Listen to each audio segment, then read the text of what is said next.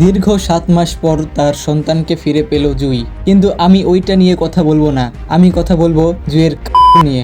তার এই বয়সেই এত যে 11 বছর বয়সে বিয়ে করেছে এবং 1 বছর পরই একটা সন্তান। সেটা বড় কথা না যে কয় বছর পর সন্তান হলো, এখানে এটা বড় কথা যে জুই কোন বয়সে বিয়ে করেছে। নিজের মান সম্মান তো খেলোই, তার সঙ্গে তার বাবা মায়ের মান সম্মানও রাখলো না। কি মেয়ে রে ভাই, 11 বছর বয়সে ফেসবুকে প্রেম করে বিয়ে করেছে।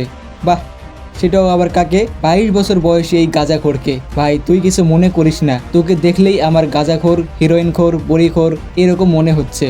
আমার সাদা মনে একটা প্রশ্নই জাগছে যে এই বিয়েতে কি তার বাবা মা কোনো বাধা দেয়নি? যদি না দিয়ে থাকে তাহলে জুয়ের বাবা মা বিশাল বড় অন্যায় করেছে।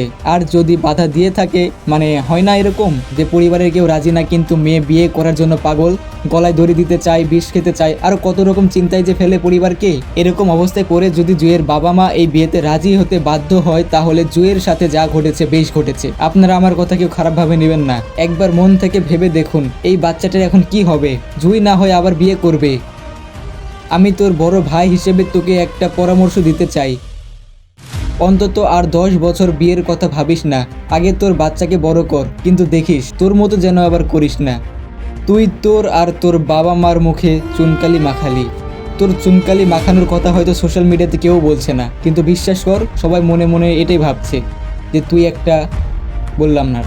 তো বন্ধুরা, এই ছিল আজকের ভিডিও। আর ভিডিওটা কেমন লাগলো অবশ্যই কমেন্টে জানাও, এবং আমার কথা যদি তোমাদের খারাপ লেগে থাকে তাহলে আমি আন্তরিকভাবে দুঃখিত।